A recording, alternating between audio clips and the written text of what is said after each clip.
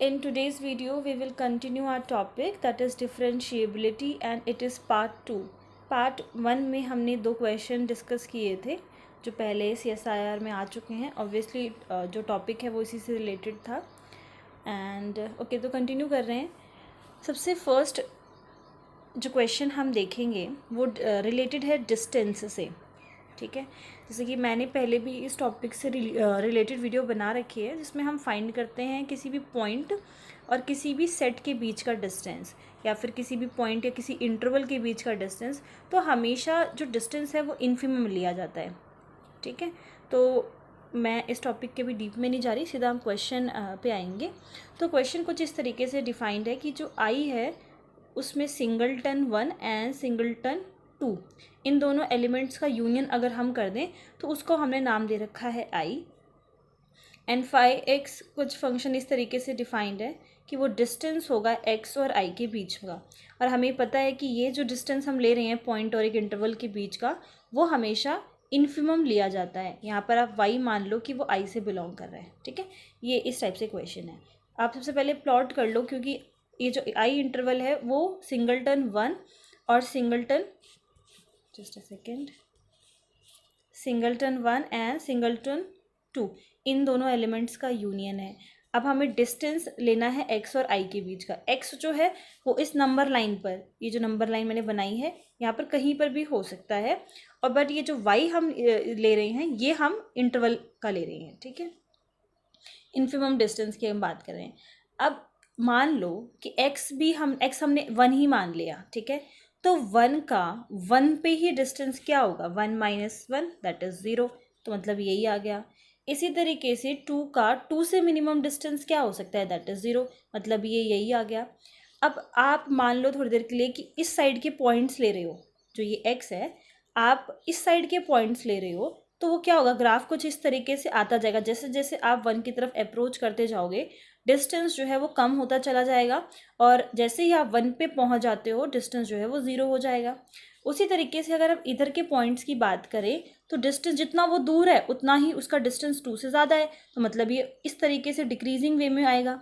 ठीक है, जैसे कि आप इधर के नंबर्स जो 1 से इधर के नंबर्स हैं उनकी अगर हम बात करें और हम इस तरीके से देख रहे हैं कि जैसे जैसे हम 1 की तरफ अप्रोच कर रहे हैं वैसे वैसे उस पॉइंट का डिस्टेंस 1 से कम होता चला जाएगा और हमें 1 ये यहाँ से ये एक डिक्रीजिंग वे में ग्राफ मिलेगा. मतलब यहाँ से आ रहा है डिक्रीज हो रहा है, डिक्रीज होते हुए आ रहा है. क्यों, क्योंकि जो डिस्टेंस है वो 1 से कम हो रहा है.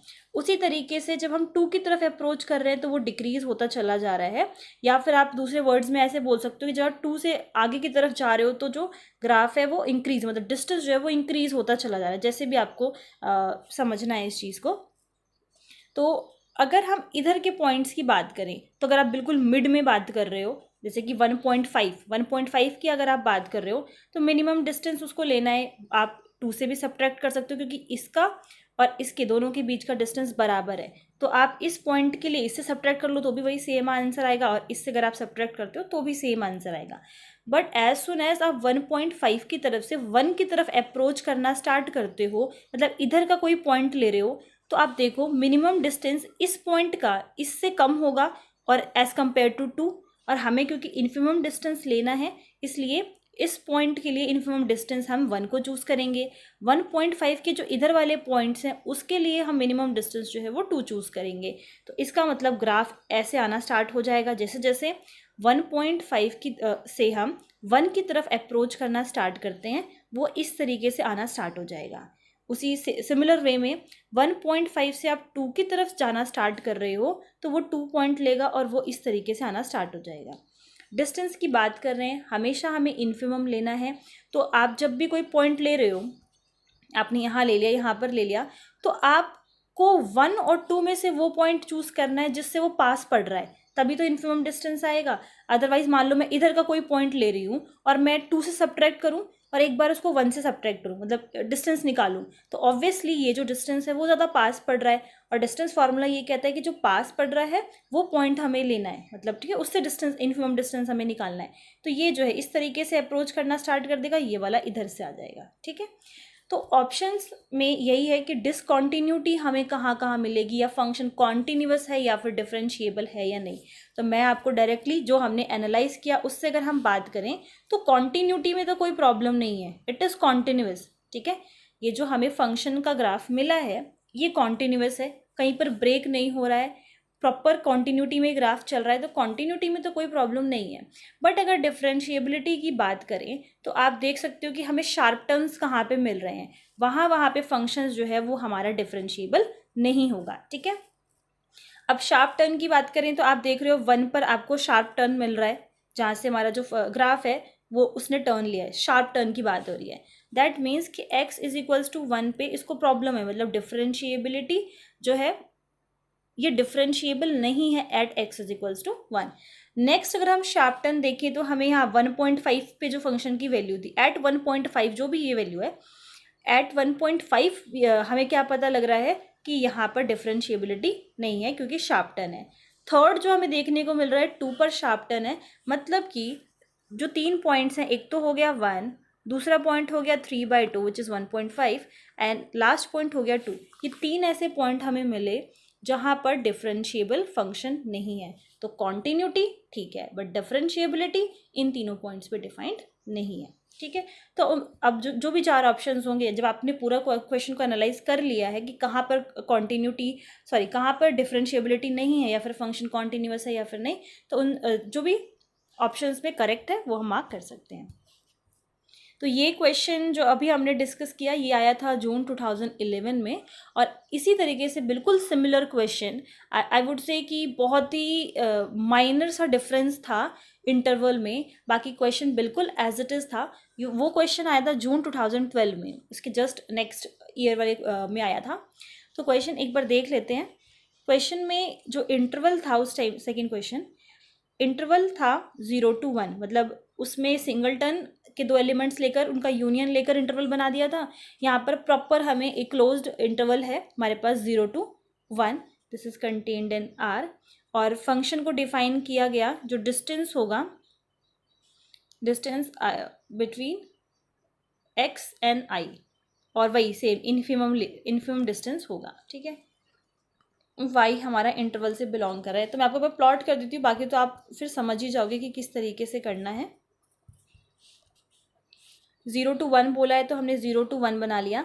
अब वहाँ पर तो सिर्फ 2 पॉइंट थे तो हमने सिर्फ इसको और इसको कंसिडर किया था, बट यहाँ पर ये सारा कंसिडर होगा क्योंकि ये एक इंटरवल की बात कर रहा है। और डिस्टेंस बोला है कि x और i के बीच का डिस्टेंस है। यहाँ पर x माइनस वाई का मोड लिया जाएगा, y हम इंटरवल से ले रहे हैं और x कहीं से भी हो सकता है। यहाँ से क्लियरली पता लग रहा है कि जब इस इंटरवल में आप कोई भी पॉइंट लोगे तो उसका उस पॉइंट से ही डिफरेंस क्या हो जाएगा, 0। मतलब कि यहाँ से आपने कोई भी पॉइंट चूज़ किया इस इंटरवल से तो हमेशा इन्फिमम डिस्टेंस क्या आएगा, 0। ये तो और बल्कि ईजी है। जैसे ही आप इस लेफ्ट हैंड साइड से 0 के टुवर्ड्स अप्रोच करना स्टार्ट करोगे, डिस्टेंस जो है वो कम होता चला जाएगा और ये इस तरीके से आ जाएगा। यहाँ पर तो हमने देखा फंक्शन 0 ही देगा। उसी तरीके से जैसे जैसे हम अगर राइट हैंड साइड से मतलब आप 1 की तरफ अप्रोच कर रहे हो तो डिस्टेंस इस तरीके से कम होना स्टार्ट हो जाएगा, या फिर दूसरे वर्ड्स में ये बोल लो कि आप अगर 1 से राइट हैंड साइड की तरफ अप्रोच कर रहे हो तो डिस्टेंस और बढ़ता चला जाएगा। ठीक है, हमें इन्फिमम डिस्टेंस लेना है। तो क्लियरली पता लग रहा है कि डिसकॉन्टीन्यूटी इन दोनों पॉइंट्स में मिलेगी, 0 एंड 1 पे फंक्शन जो है वो डिफरेंशिएबल नहीं होगा। ठीक है, जहाँ पे आपको एकदम से शार्प टर्न्स मिल रहे हैं वहाँ पे फंक्शन डिफरेंशिएबल नहीं है। बात की जाए अगर कॉन्टीन्यूटी की, तो कॉन्टीन्यूटी में कोई प्रॉब्लम नहीं है, कहीं से फंक्शन हमारा जो प्लॉट हमने किया है वो ब्रेक नहीं हो रहा। तो ये हमारा कॉन्टीन्यूअस तो है बट डिफरेंशिएबल एग्जैक्टली 0 और 1 पे नहीं होगा। तो दोनों ऑलमोस्ट सेम क्वेश्चन थे, बस इंटरवल्स जो है वो चेंज कर दिया था। थर्ड क्वेश्चन देखते हैं। थर्ड में है कि f(x) is equals to a0 plus a1 mod x plus a2 mod इसका स्क्वायर है, देन a3 मोड x इसका क्यूब है। ओके, और क्वेश्चन पूछा गया है कि क्वेश्चन में है कि ये फंक्शन हमें गिवन है और ये डिफरेंशिएबल है at x is equals to 0। तो ऐसा कब होगा, कौन से पॉसिबल केसेस में जो है ये डिफरेंशिएबल हो जाएगा ज़ीरो पर। तो जो इसके ऑप्शंस हैं, जैसे पहले ऑप्शन में दिया हुआ है for no values of A0, A1, A2, A3। Second में दिया हुआ है for no values of, sorry no नहीं, यहाँ पर आ जाएगा for any value of A0, A1, A2, A3। Third में है ओनली इफ़, तभी पॉसिबल है जब A1 की वैल्यू ज़ीरो हो जाए। और लास्ट है ओनली इफ़ बोथ A1 और A3 जो है ज़ीरो के बराबर हो जाए। क्वेश्चन बहुत ही सिंपल है। फंक्शन में जो भी दिया हुआ है आप उसमें देखो कि मोड है, और वी नो कि मोड जो है वो डिफरेंशिएबल नहीं होता। जैसे कि यहाँ पर ये जो है वो ज़ीरो पे डिफरेंशिएबल नहीं है। अगर मान लो आपका जो फंक्शन है वो x-1 टाइप का है, तो ये एट x=1 डिफरेंशिएबल नहीं है। मतलब जिस भी पॉइंट पर जो मोड की वैल्यू है वो जब ज़ीरो बन जाती है तो उस पॉइंट पर हमारा जो फंक्शन होता है वो डिफरेंशिएबल नहीं होता। अब इस फंक्शन को डिफरेंशिएबल होने के लिए हर इस टर्म पे, मतलब इस पे, ये जो चार टर्म्स मैंने लिखी हैं इन चारों पे डिफरेंशिएबल होना ज़रूरी है। ठीक है, ऐसा नहीं कि सिर्फ एक ही पार्ट की हम बात कर रहे हैं, सब पे डिफरेंशिएबल होगा। तभी डिफरेंशिएबिलिटी का क्या है कि हर एक पॉइंट पर डिफरेंशिएबल हो। तो मोड जो है वो हमारा, जब हम मॉडुलस मोड के फंक्शंस लेते हैं तो वो डिफरेंशिएबल नहीं होते। लाइक अगर मैं लिख दूँ x-a plus x-b plus modulus x-c, मैंने ये फंक्शन मान लो लिया हुआ है, तो ये जो फंक्शन है a b c पर डिफरेंशिएबल नहीं होंगे, क्योंकि a पर ये मोड ज़ीरो हो जाएगा, b पर ये मोड ज़ीरो हो जाएगा, c पर ये मोड ज़ीरो हो जाएगा। जिस भी पॉइंट पर मोड ज़ीरो होता है उस पॉइंट पर फंक्शन कभी भी डिफरेंशिएबल नहीं होता। ये आपको ध्यान रखना, ये बहुत इंपॉर्टेंट है। ज़्यादातर आप हो सकता है आप लोग जानते भी हो, तो ये आपको उस हिसाब से अगर हम सोचें तो इसने पूछा है डिफरेंशिएबिलिटी एट ज़ीरो की बात की गई है। तो आप देखो ज़ीरो यहाँ पर बनेगा, ये वाला मोड जो है ज़ीरो बनाएगा, मतलब यहाँ पर डिफरेंशिएबिलिटी में प्रॉब्लम आएगी। पर ये कह रहा है कि कब ऐसा हो सकता है कि डिफरेंशिएबल हो जाए ज़ीरो पर। ऐसा तभी पॉसिबल है जब A1 की वैल्यू ज़ीरो हो जाए। A1 अगर ज़ीरो हो जाएगा तो ये वाली टर्म ही हट जाएगी, उसके बाद तो ठीक है, फिर फंक्शन डिफरेंशिएबल है ज़ीरो पर। सो इसका थर्ड ऑप्शन जो है वो करेक्ट हो जाएगा। A1 के ज़ीरो होते ही ये वाली जो टर्म है ये हट जाएगी और फंक्शन जो है वो डिफरेंशिएबल हो जाएगा। नेक्स्ट क्वेश्चन पे आ जाते हैं हम। Fourth, let a b c, यहाँ पर हम डिस्टिंक्ट रियल नंबर्स इस्तेमाल कर रहे हैं, डिस्टिंक्ट है ये, और हमारे पास इक्वेशन है x-a to the power cube x-b cube plus x-c cube. ये इक्वेशन हमें गिवन है और ये पूछा है कि कितने इसके रियल रूट्स होंगे। नंबर ऑफ डिस्टिंक्ट, अलग अलग number of distinct real roots कितने होंगे। ऑप्शंस में है 1, देन 2, 3, या फिर डिपेंड करता है, depends on the values of a b c की वैल्यू पर डिपेंड करता है। ये चार ऑप्शंस इसमें हैं। तो इक्वेशन क्या है, x-a का क्यूब, x-b का क्यूब, x-c का क्यूब इज इक्वल्स टू 0। इसके कितने रियल रूट्स होंगे। अगर हम देखें कि ये जो हमें इक्वेशन गिवन है उसकी डिग्री कितनी है, 3, तो इसका मतलब 3 ऐसे x की वैल्यूज़ हमें मिल सकती हैं जिसके लिए ये जो है 0 के बराबर हो जाएगा। तो अगर हम 3 की बात करें और हमें रियल रूट्स चाहिए, कॉम्प्लेक्स रूट हमें पता है कि हमेशा पेयर्स में एग्जिस्ट करता है। ठीक है, तो उस हिसाब से देखा जाए, अगर इसमें कॉम्प्लेक्स रूट है भी, मान लेते हैं थोड़ी देर के लिए कॉम्प्लेक्स रूट इसमें है भी, इसकी डिग्री 3 है, 3x की वैल्यूज़ एग्जिस्ट करेंगी।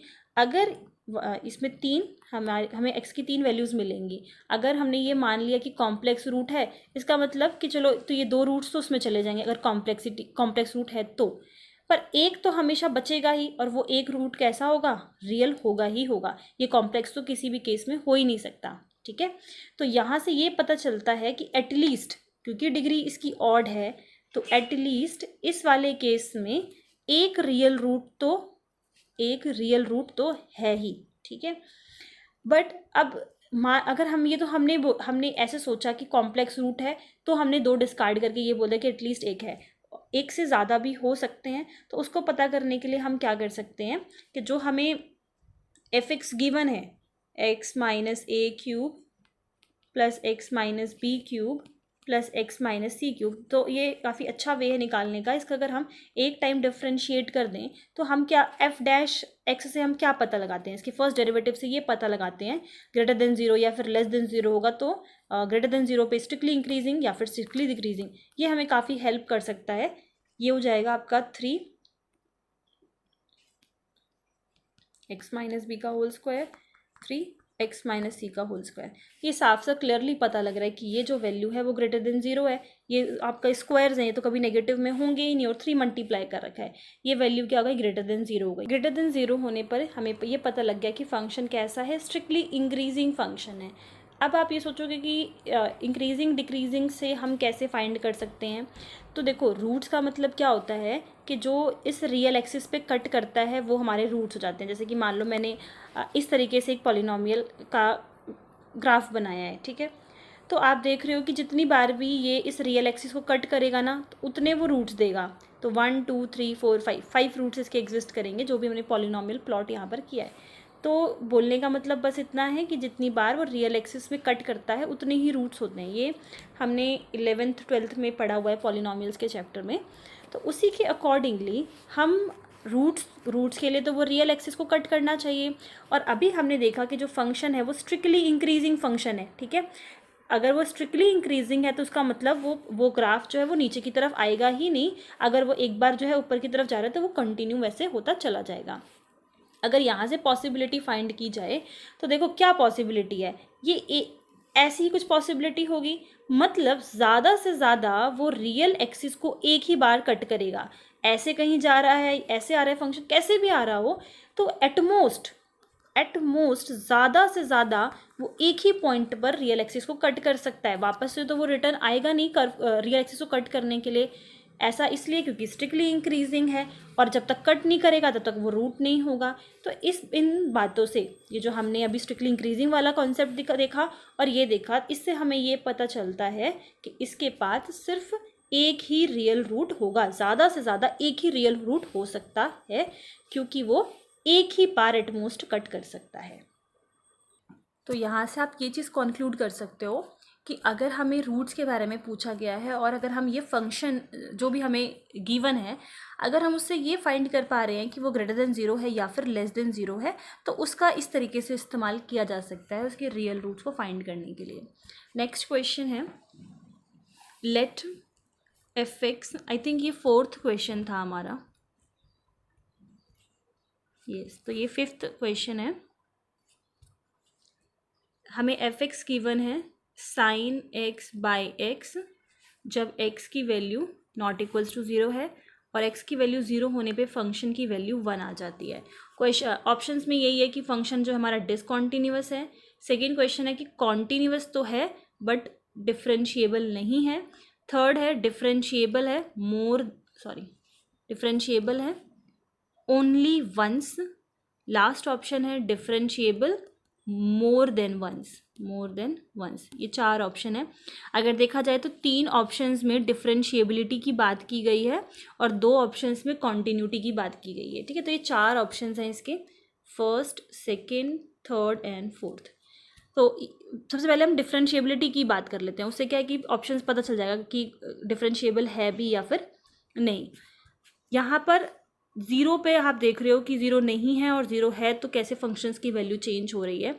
मतलब कि limit x tends to zero plus limit x tends to zero minus. एक बार हम ये चेक करते हैं, फंक्शन की value f x is equals to sine x by x है और यहाँ पर हम limit x tends to zero कर देते हैं। तो ये आपका क्या हो जाएगा, अगर जब हम वैल्यू पुट करेंगे तो ये हो जाएगा 0 बाई 0 की फॉर्म बन जाएगी, साइन 0 0 बाई 0, ठीक है। एल रूल लगाते हैं तो ये हमारा हो जाएगा कॉस एक्स, ये हो जाएगा 1। अब अगर हम लिमिट एक्स टेंड्स टू 0 करा दें तो ये हो जाएगा हमारे पास 1, ठीक है। और एक्स इज इक्वल्स टू 0 पर भी क्या फंक्शन की वैल्यू है 1 ही है, ठीक है। तो वो इक्वल आ रही है। डिफरेंशिएबिलिटी तो है, ठीक है, फंक्शन तो डिफरेंशिएबल है। इसका मतलब ये जो बी ऑप्शन था ना, ये आपका रॉन्ग हो गया। क्योंकि ये कहता है कि डिफरेंशिएबल नहीं है और ये कहता है कि डिसकॉन्टिन्यूअस है। फंक्शन अगर डिफरेंशिएबल है तो ये इम्प्लाई करता है कि वो कॉन्टिन्यूअस भी होगा, तो डिसकॉन्टिन्यूटी वाला ऑप्शन भी चला गया। अब दो ऑप्शन है कि डिफरेंशिएबल एक ही बार किया जा सकता है या फिर मोर देन वंस किया जा सकता है, ठीक है। और आप यहाँ से ये जो है आपकी ज़ीरो प्लस मतलब कि कौन सा वाला फंक्शन चूज़ करना है आपको, x not equals to zero वाला, क्योंकि ज़ीरो में आपने कुछ ऐड कर दिया, ज़ीरो प्लस हो गया तो ये वाला फंक्शन चला जाएगा। ज़ीरो माइनस एच कर रहे हो तो मतलब still x is not equals to zero, तो ये वाला फंक्शन आ जाएगा। मतलब कि बोलने का मतलब ये है कि जब आप लिमिट निकाल रहे हो ज़ीरो प्लस मान लो, ठीक है, तो ये क्या हो जाएगा, sine zero plus H and नीचे एक्स था तो ये हो जाएगा आपके पास, एक्स को हमें चेंज करना है ज़ीरो प्लस एच से, zero plus h, so this will be sine h by h. Limit यहाँ पर चलेगी हमारी एच टेंड्स टू ज़ीरो, और आप जब पुट करोगे तो ये एल रूल, मतलब ये वही बात बोली गई है, ठीक है। तो आपका दोनों ही केस में यहाँ पर जब आप ज़ीरो माइनस एच करोगे तो ये माइनस एच हो जाएगा, यहाँ पर भी माइनस एच हो जाएगा। जब limit h tends to zero करोगे तो साइन ज़ीरो बाई ज़ीरो की फॉर्म आ जाएगी।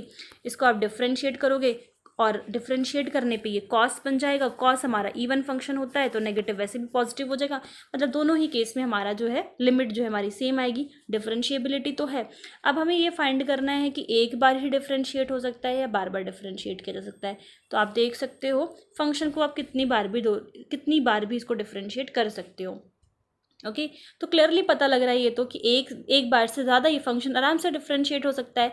तो लास्ट वाला जो ऑप्शन है डिफरेंशिएबल है मोर देन वंस, कितने बार भी आप इस फंक्शन को डिफरेंशिएबल कर लो, कोई प्रॉब्लम नहीं है। तो लास्ट ऑप्शन इसका करेक्ट हो गया। तो ये था 5th क्वेश्चन। नाउ नेक्स्ट काफ़ी सिमिलर क्वेश्चन है जो अभी हमने सॉल्व किया और ये लास्ट क्वेश्चन है इस वीडियो का। F x is equals to mod cos x plus sine 2 minus x, और क्वेश्चन है कि at which of the following points ये जो एफ फंक्शन है वो डिफरेंशिएबल नहीं होगा, ठीक है। ये क्वेश्चन आया था जून 2011 में। इसका फर्स्ट ऑप्शन है 2n+1 π/2, जहाँ पर n जो है वो नेचुरल नंबर से बिलोंग कर रहा है। इसमें हमारा फंक्शन जो है वो डिफरेंशिएबल नहीं होगा। बी ऑप्शन है n π पर डिफरेंशिएबल नहीं होगा। थर्ड ऑप्शन है n π+2 पे डिफरेंशिएबल नहीं होगा। और लास्ट ऑप्शन है n π/2 पे डिफरेंशिएबल नहीं होगा, वेयर ऑल यहाँ पे n जो है वो हमारा इंटीजर से बिलोंग कर रहा है।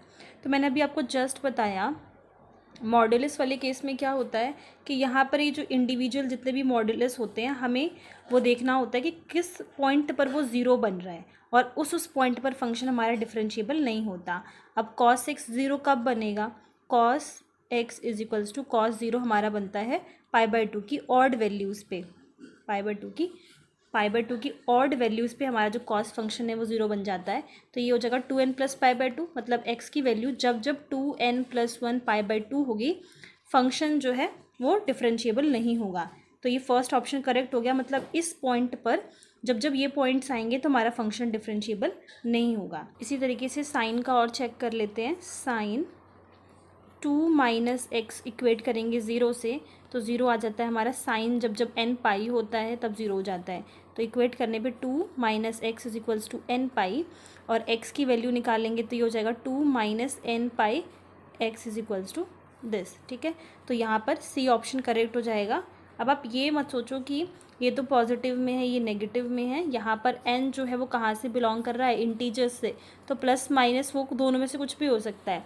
आप यहाँ पर नेगेटिव लोगे, आप इंटीजर्स कोई नेगेटिव इंटीजर ले रहे हो तो ये पॉजिटिव हो जाएगा, तो n π+2 वाले केसेस में भी ये जो पोर्शन है वो ज़ीरो बन जाएगा, ठीक है। तो इसका ए एंड सी ऑप्शन जो है वो करेक्ट है कि इन पॉइंट्स पर हमारा फंक्शन डिफरेंशिएबल नहीं होगा। तो इस तरीके से आपको फाइंड करना होता है जब मॉड्यूलस की बात होती है डिफरेंशिएबिलिटी पर। सो इस वीडियो में बस इतना ही। नेक्स्ट वीडियो में हम और इस टॉपिक से रिलेटेड जो है क्वेश्चंस देखेंगे जो पहले आ चुके हैं। एक बार डिफरेंशिएबिलिटी का जो पोर्शन है वो कंप्लीट हो जाए then we will start limit and continuity. अब इससे नेक्स्ट वीडियो आपको मिलेगी Rolle's theorem, mean value theorems पे बेस्ड जो क्वेश्चंस आए थे, ऑल्दो वी नो डेफिनेशंस के रोल्स थ्योरम और मीन वैल्यू थ्योरम्स की क्या स्टेटमेंट्स हैं, उनका क्या रिजल्ट है, बट उसको अप्लाई कैसे करना है क्वेश्चंस पे, वो आप लोगों को वहाँ पे सीखने को मिलेगा. So thank you.